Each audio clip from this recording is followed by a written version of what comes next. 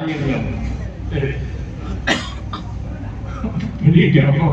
കുട്ടികൾ തന്നെ ഭയങ്കരമായിട്ട് തുടങ്ങും. അപ്പൊ നമ്മൾ ആലോചിച്ചിട്ടാണ് നമുക്ക് തുടങ്ങാൻ പറ്റും. ഇപ്പൊ തന്നെ ഇവിടെ തുടങ്ങിയ പല സാധനങ്ങളും വ്യക്തിഗത സാധനങ്ങളാണ്. അത് സാർ മലപ്പുറം ജില്ലയിൽ വ്യക്തിഗത സാധനങ്ങൾ വളരെ കുറവാണ്. അപ്പൊ ഇതിന്റെ വ്യക്തിഗത സാധനം നമ്മൾ മുട്ടിയ വ്യക്തിഗത സാധനം ജയിക്കും. കാരണം ഇത് ചാരിറ്റിയിൽ ഉണ്ടാകുന്ന സാധനമല്ലേ. ഞാൻ പണം എവിടെ നിന്ന് വരുന്നത് ചോദിക്കുന്നത്.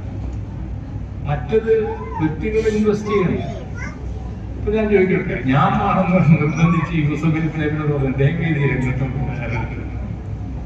ഞാൻ എന്താ ചോദിച്ചപ്പോൾ നിങ്ങൾ രംഗത്ത് വന്ന ചിലപ്പോൾ ഞങ്ങളൊക്കെ പോകും.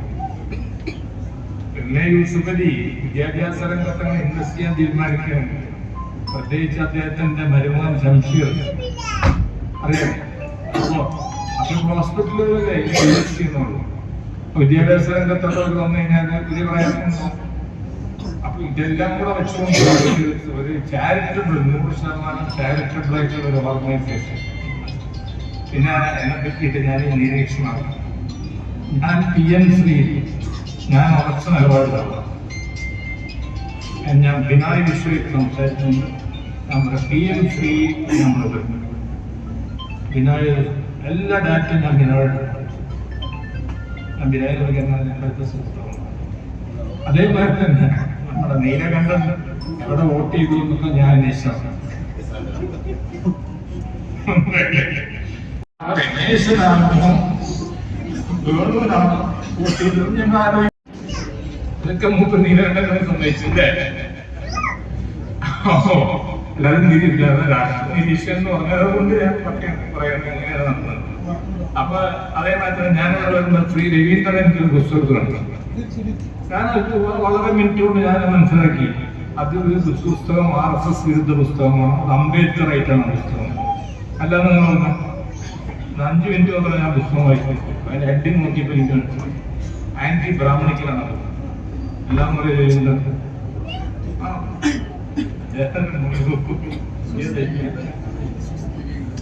അതെ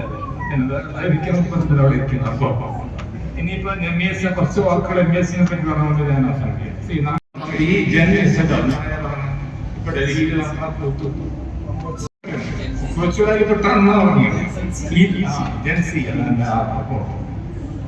ഇതുമാതിരി എത്ര സംഭവം നമ്മുടെ ഈ രാജ്യത്ത് അതൊരു ഇവിടുത്തെ രാഷ്ട്രീയ പ്രഭുത്വത്തെ തെറിപ്പിച്ചു. എന്താണ് വിചാരിക്കുന്നത്? ഇതൊക്കെ വെറുതെ വേറെ വിലാസമില്ലാത്ത ആൾക്കാർ ഇതിലെന്തെങ്കിലും അഴിമതിയൊക്കെ വേറെ വിഷയം. പക്ഷെ ഇവിടെ കണ്ടാൽ വല്ലമാരുടെ മുമ്പിലിരിക്കുന്നത് അവർക്ക് വലിയ ഫിലോസഫിയൊന്നുമില്ല. ജവഹർലാൽ നെഹ്റുവിന്റെ പശ്ചാത്തലത്തിൽ മഹാത്മാഗാന്ധിയുടെ പശ്ചാത്തലത്തിൽ ഇരിക്കുന്ന ഒരു MLA, മറ്റൊരാൾ മാർക്സിസ്റ്റ് ലെനിനിസ്റ്റ് ഫിലോസഫിയിലിരിക്കുന്ന ആൾ. അവരെ കുറെ പിള്ളേരിൽ നിന്നൊക്കെ അവർ പാഠപ്പെട്ടു. വേണ്ട, ഇനി നമ്മൾ ആലോചിക്കുക. നമുക്ക് അഭിപ്രായ വ്യത്യാസം തോന്നും. പക്ഷെ ഹിന്ദുത്വ ഒരു ഫിലോസഫി തന്നെയാണ്. അവരുടെ ഫിലോസഫിയാണ് നമ്മെ എതിർത്ത് ഫിലോസഫി തന്നെ. അതൊന്നും അല്ലാതെ അവിടെ ഡൽഹിയിൽ കൂട്ടം കൂടി ഇരുന്നിട്ട് കുറെ വാട്സപ്പിൽ കുറെ ആൾക്കാരെ വിളിച്ചുകൊണ്ട് എന്നിട്ട് ഇങ്ങനെ ഇത് പാസ്സാക്കുക. അങ്ങനെ ചെയ്യും, ഇങ്ങനെ ചെയ്യും, ജഡ്ജിമാരോ അങ്ങനെ ചെയ്യാൻ പാടില്ല, സ്ത്രീകൾക്ക് 50% അത് കൊടുക്കണം, മറ്റേ പൂർവ്വമാറ്റം അങ്ങനെ പഠിച്ചാൽ അതൊക്കെ നമുക്ക് ചെയ്ത് കഴിഞ്ഞ കാര്യമില്ല. പൂർവ്വമാറ്റ നിയമം പാസ്സാക്കിയല്ലേ അങ്ങനെ. അതിൽ പൂർവ്വമാറ്റ നിയമത്തില് ഒരാൾ പോലും പാർട്ടിയിൽ പോകാൻ പാടില്ല പറഞ്ഞാൽ അത് ജനാധിപത്യ വിരുദ്ധമാണ്. ശരി, ഇത്ര ശതമാനം ആൾക്കാർക്ക് എത്ര വ്യത്യാസം ഉണ്ടെന്നാണ്. അല്ലെങ്കിൽ പിന്നെ നമ്മുടെ MLA ഇവിടെ ഇരിക്കുമല്ലോ, CPI CPM കൂടെ കൊടുക്കണം. എത്ര വ്യത്യാസം ഉണ്ടാവില്ലേ? അപ്പൊ അത് ശരിയല്ല. 50% സ്ത്രീകളുടെ സംവരണത്തിന് എന്താ നടന്നുകൊണ്ടിരിക്കാൻ പാർട്ടി ആരാണ് 50% സംവരണത്തിനെതിരേക്കുള്ള നമ്മളൊക്കെ ഇതൊക്കെ പറഞ്ഞുകൊണ്ടിരിക്കുന്നു. അപ്പൊ ചുമ്മാ അവിടെ നിന്നിട്ട് കുറെ പേര് അവിടെ മീഡിയയെ പറ്റി പറയും, എന്തോ ഒരു ഭയങ്കര സംഭവം നടക്കാൻ പറയും. ഞാൻ പറയട്ടെ, നവരത്ന സംഭവം ഞാൻ പറഞ്ഞില്ല. നവനിർമ്മാണ സമിതി ഗുജറാത്ത് നമ്മ ചിമ്മൻഭായ് പട്ടേലിന്റെ പോയി. അത് ജനകീയ പോരാട്ടമാണ്. വിമോചന സമരത്തെ പറ്റി അഭിപ്രായം ഉണ്ടാകും, അഭിപ്രായ വ്യത്യാസം ഉണ്ടാവും. എന്നാലും ഒരു സമരമാണ്. ജനകീയമായിട്ടുള്ള പോർഷൻ ആൾക്കാർ പങ്കെടുത്തത് ഒരു പങ്കെടുത്തില്ല. അത് രാഷ്ട്രീയമല്ലേ.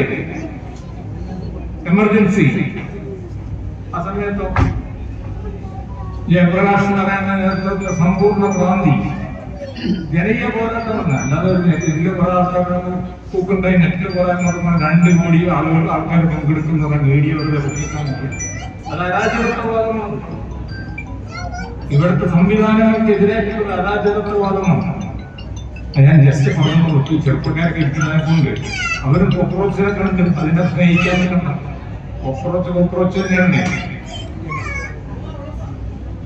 അരാഷ്ട്രീയവാദമാണ് അത്. ശരി, മൂക്കെട്ട് വിരൽ വെച്ച് പോയി അവർക്കിടയിൽ അമ്പലപ്പാടുണ്ടായത് അവരാണിത് പറയുന്നത്. വിയോജിപ്പുണ്ടായിട്ടുണ്ട്. ആ വിയോജിപ്പുകൾ കാരണം അദ്ദേഹത്തിന്റെ ശരിയെന്ന് തോന്നുന്ന നിലപാടിൽ ഉറച്ചു നിൽക്കും. അതേപോലെ പറഞ്ഞു MPS നിയമനങ്ങൾ PSCക്ക് വരണം പറയുമ്പോൾ അതിന് മറുപടിയുണ്ട്. ശാസ്ത്രത്തെ സംബന്ധിച്ച് പറയുമ്പോൾ അതിന് മറുപടിയുണ്ട്. കാര്യങ്ങളിൽ നമുക്കറിയാം. രാഷ്ട്രീയ കാര്യങ്ങൾ അദ്ദേഹത്തെ കാണുന്നത് ചാനൽ ചർച്ചകളിലാണ്. എല്ലാതരം ഞാൻ അത്ഭുതപ്പെട്ടു പോയി. ഈ 2 പതിറ്റാണ്ട് കാലമായി സംഘടന അതേ കൈവെക്കാത്ത മേഖലകളില്ല. ഏതെങ്കിലും ഒരു മണ്ഡലമുണ്ടോ എന്നാണ് എന്റെ സംശയമാണ്. മാനേജ്മെന്റായി ഇന്ന് MPS മാറിയിരിക്കുന്നു. വിദ്യാഭ്യാസ സ്ഥാപനങ്ങൾ ഇന്ന് കേരളത്തിലെ എന്ന് മാത്രമല്ല ഇന്ത്യ